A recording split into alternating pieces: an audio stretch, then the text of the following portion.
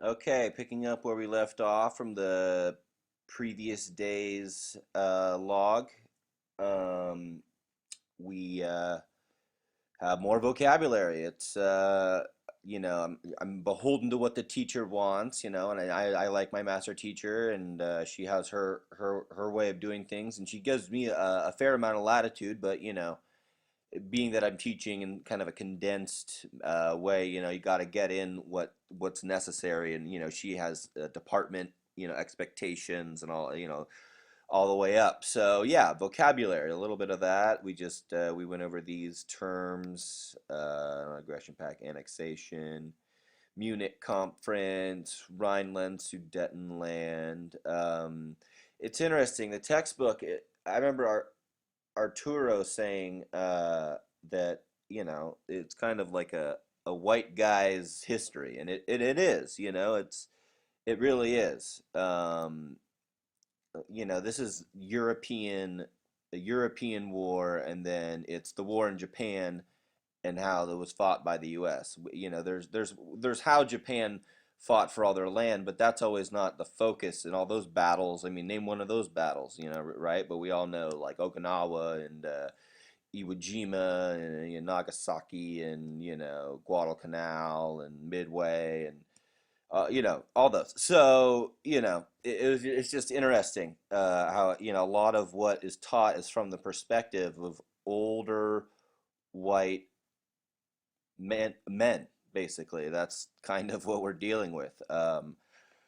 My hope is that by the time I'm old and retiring or whatever, or old at least, that's not the case. That we teach a more multicultural history. I mean, I'm not trying to diss World War II. I love, I just watched the Band of Brothers, the miniseries, the 10 episode miniseries. I watched it in like a week. I loved it. It was great. It was amazing. But at the same time, it's a big world out there, and there's a lot of people, and most of them are not Caucasian. So, as being somebody who cares about history, I'm very interested in what the world has out there besides what kind of I was taught in high school and what I'm supposed to teach right now. So, moving on from that, yeah, that was just a little aside, but moving on. And then, I just wanted to give the kids more graphic input on what we're dealing with and showing Europe, and there's Germany, and then, you could see, all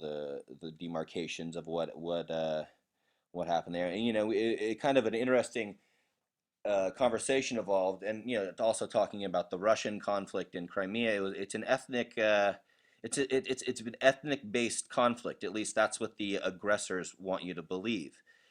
Germany was saying, "Oh, we're just taking this land because there's mostly Germans there," and that's true. Ethnically, there's mostly ethnic Germans, but you know, there's also things called borders of countries and things of that sort. So it's a slippery slope, but there is a correlation or a line to be drawn between what happened Hitler's march and Vladimir Putin. They're very very similar operating mechanisms of hey, those people outside of our Russian borders are ethnically Russian and they're being mistreated. We need to go save them. That's kind of I was trying to explain to the kids that's what was happening, and and how kind of ethnicity and race play a role in all in conflict. It wasn't just like Germany has a bunch of weapons and we're gonna go blow stuff up. They needed to rationalize why they went to war, or at least took these locations. So I was explaining to them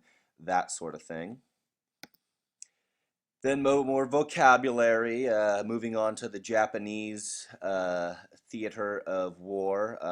This is kind of explaining Japan's rise to their kind of empire that we saw them at when they came at us at Pearl Harbor. So yeah, just I did a little this I explained these slides in the intro, probably, 20 minutes, and then they had a bunch of worksheets and stuff that they had to do. So I got, just I wanted to get them, primed on the subject and get those worksheets done. So they did a good job. They got the worksheets done. And then, we actually a conversation evolved about what college I went to and stuff, and then they were interested about college, and I talked that up obviously. So it's interesting. The kids are very fascinated by, you know, new teachers, I think is what it is. I mean, I don't think I'm just some great special person, that's so interesting, but I just think it's, they're interested kind of in somebody who's trying to become a teacher. I'm a little younger than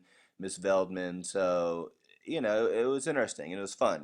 So I want to build a rapport with them, and one kid was wearing a Wu Tang T-shirt, and I said, "Hey, I like Wu Tang," and it was funny because the on the T-shirt it said Wu Tang established 1993. It's a rap group, and they started in 1993. And I was like, "Were you even born in 1993?" And it was kind of a funny moment. I'm like, "Oh, I'm old now," but yeah. So it was a good day.